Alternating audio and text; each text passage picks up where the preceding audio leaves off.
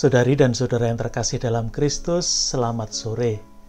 Kita hari ini ingin melanjutkan pembelajaran kita mengenai Abraham, dan kita akan sampai pada kisah yang sangat menakjubkan sekaligus mengerikan, di mana Tuhan meminta Abraham mempersembahkan Ishak anaknya. Tapi sebelum kita masuk ke sana, menggulati ceritanya, kita mendoakan dulu doa malaikat Tuhan. Demi nama Bapa dan Putra dan Roh Kudus. Amin. Maria diberi kabar oleh malaikat Tuhan bahwa ia akan mengandung dari Roh Kudus. Salam Maria, penuh rahmat Tuhan sertamu, terpujilah engkau di antara wanita, dan terpujilah buah tubuhmu Yesus. Santa Maria Bunda Allah, doakanlah kami yang berdosa ini, sekarang dan waktu kami mati. Amin. Aku ini hamba Tuhan, terjadilah padaku menurut perkataanmu. Salam Maria, penuh rahmat Tuhan sertamu, terpujilah engkau di antara wanita, dan terpujilah buah tubuhmu Yesus. Santa Maria Bunda Allah, doakanlah kami yang berdosa ini, sekarang dan waktu kami mati. Amin. Sabda sudah menjadi daging dan tinggal di antara kita. Salam Maria, penuh rahmat Tuhan sertamu, terpujilah engkau di antara wanita, dan terpujilah buah tubuhmu Yesus. Santa Maria Bunda Allah, doakanlah kami yang berdosa ini, sekarang dan waktu kami mati. Amin. Doakanlah kami ya Santa Bunda Allah, supaya kami dapat menikmati janji-janji Kristus. Marilah kita berdoa. Ya Allah, karena kabar malaikat kami mengetahui bahwa Yesus Kristus Putramu menjadi manusia, curahkanlah rahmat-Mu ke dalam hati kami, supaya karena sengsara dan salibnya, kami dibawa kepada kebangkitan yang mulia, sebab Dialah Tuhan dan pengantara kami. Amin. Para saudara, kemarin kita sudah melihat kelahiran Ishak. Lalu sekarang saya meloncat melewati satu bagian di mana Hagar dan Ismail diusir. Bagaimana perseteruan mereka. Saya tidak membahas itu. Kita langsung kepada cerita ketika Allah mencoba Abraham. Allah meminta Abraham mengorbankan Ishak anaknya. Suatu permintaan yang sulit dipahami. Ishak adalah anak yang dijanjikan oleh Tuhan, dan sekarang Tuhan meminta Abraham mempersembahkan itu. Mempersembahkan di sini artinya sebagai kurban bakaran. Bagaimana situasi perasaan Abraham dan seterusnya, itu sangat mengiris hati. Dan saya akan membahas ini selama 2 hari. Jadi hari ini saya hanya akan membahas perintah Tuhan ini dan bagaimana Abraham melakukan perjalanan. Jadi sampai ayat ke-8. Lalu besok kita lanjutkan ayat 9 sampai ayat 19. Bagaimana kisah akhir dari pengorbanan itu. Maka sebelum kita lebih jauh membahas, mari kita baca terlebih dahulu teksnya. Setelah semuanya itu Allah mencoba Abraham. Ia berfirman kepadanya, Abraham, lalu sautnya, ya Tuhan. Firman-Nya, ambillah anakmu yang tunggal itu, yang engkau kasihi, yakni Ishak. Pergilah ke tanah Moria, dan persembahkanlah dia di sana sebagai kurban bakaran pada salah satu gunung yang akan kukatakan kepadamu. Keesokan harinya, pagi-pagi, bangunlah Abraham. Ia memasang pelana keledainya, dan memanggil 2 orang bujangnya beserta Ishak anaknya. Ia membelah juga kayu untuk kurban bakaran, lalu berangkatlah ia dan pergi ke tempat yang dikatakan Allah kepadanya. Kisah yang baru selesai kita baca tadi, Kitab Kejadian bab 22 ayat 1 sampai dengan 3, juga nanti keseluruhan dari bab ini, itu kemungkinan berasal dari tradisi-tradisi Abraham yang lebih kuno. Itu diketahui dari ungkapan, dan setelah semuanya itu. Nah, hal yang menarik pada bagian awal dari kisah ini, yaitu ayat 1a, dikatakan dengan sangat gamblang, Allah mencoba manusia, mencobai. Ini untuk pertama kalinya Allah itu mencobai, dan itu dikatakan dalam kitab suci yang pertama kali. Nah, apa tujuan dari pencobaan ini? Nanti kita akan tahu ketika kita membahas pada ayat 12. Jadi besok akan kita tahu tujuannya apa. Biasanya Tuhan mencobai manusia itu dengan ujian atau begitu ya, dengan situasi sulit, dengan bencana, dengan sesuatu yang di luar yang diharapkan manusia. Dan selalu ada tujuan berupa kesetiaan, ketaatan, nah semacam ini.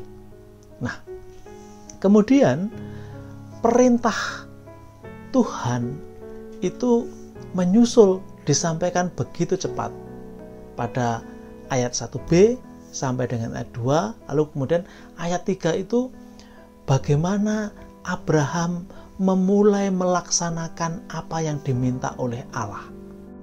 Allah meminta Abraham mengorbankan anaknya di tanah Moria.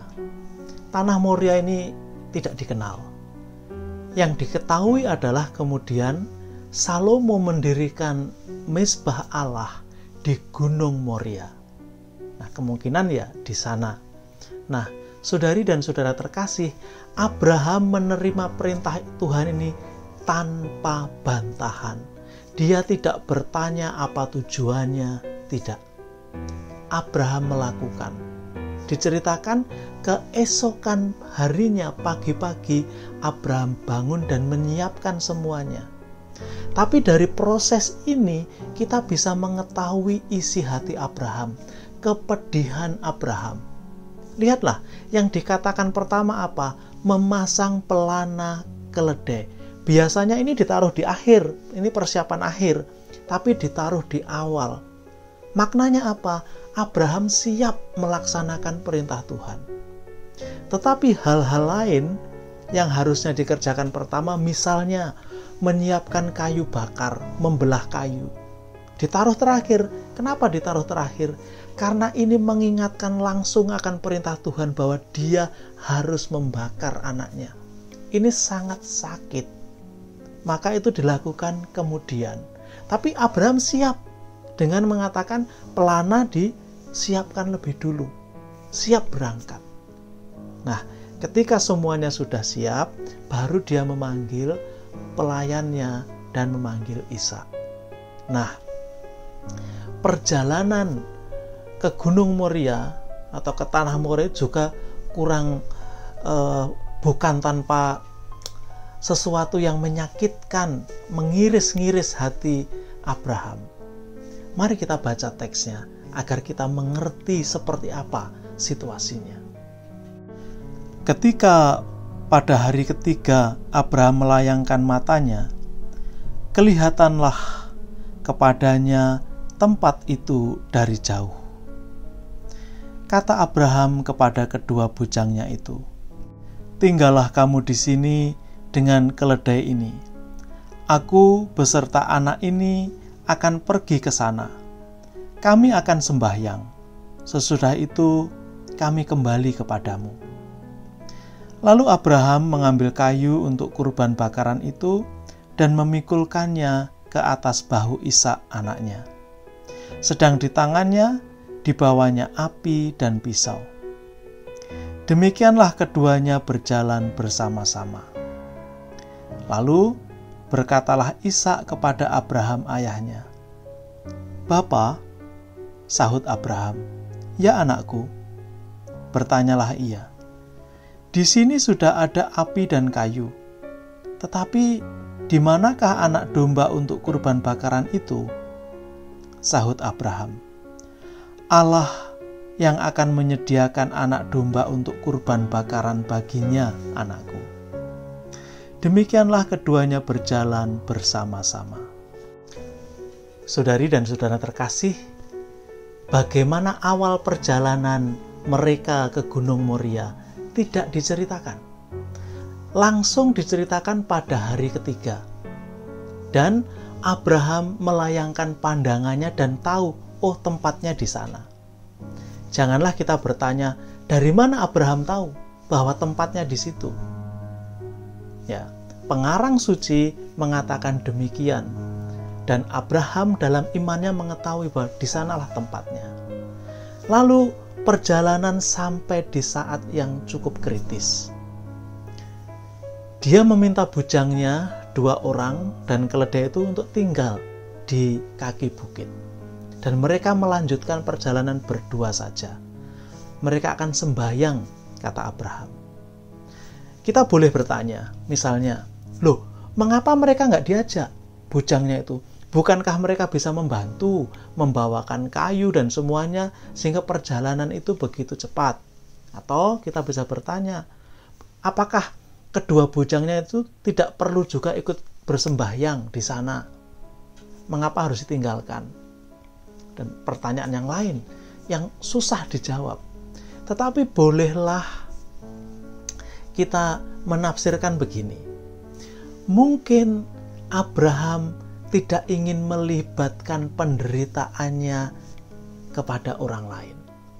Dia ingin membawa sendiri penderitaannya itu. Dan Abraham tidak berbohong kepada kedua bujangnya itu bahwa dia akan sembahyang. Karena dalam kebiasaan orang saat itu, sangat lumrah seseorang sembahyang sebentar ketika dalam perjalanan. Nah, Abraham hanya tidak mengungkapkan semuanya. Lalu mereka meninggalkan kedua bujang itu dan perjalanan tinggal berdua Abraham dan Ishak.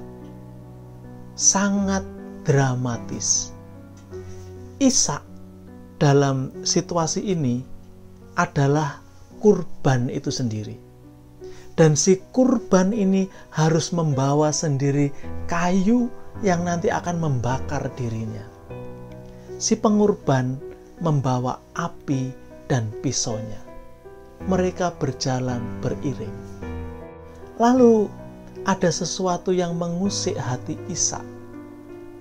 Dia melihat bahwa sudah ada kayu, sudah ada pisau, sudah ada api. Di mana anak domba yang akan dikurbankan? Pertanyaan ini pasti menghantam hati Abraham seperti tusukan-tusukan pisau. Sekali lagi, Abraham tidak berbohong kepada Ishak ketika dia mengatakan, Tuhan sendiri yang akan menyediakan kurban itu. Dengan bahasa sederhana, kita bisa mengatakan, Tuhan sendiri yang akan menjawab pertanyaanmu itu, nak. Abraham berkata, anakku. Artinya hubungan yang sangat dekat, emosional yang sangat mendalam. Nah, kemudian tidak diceritakan lagi percakapan mereka. Hanya ditutup dengan kata, mereka melanjutkan perjalanan. Saudari dan saudara terkasih, bagaimana situasinya nanti selepas itu? Kita besok akan bahas. Juga hal-hal yang bisa kita renungkan akan kita bahas juga besok. Hari ini cukuplah sampai di sini. Tuhan memberkati. Demi nama Bapa dan Putra dan Roh Kudus. Amin.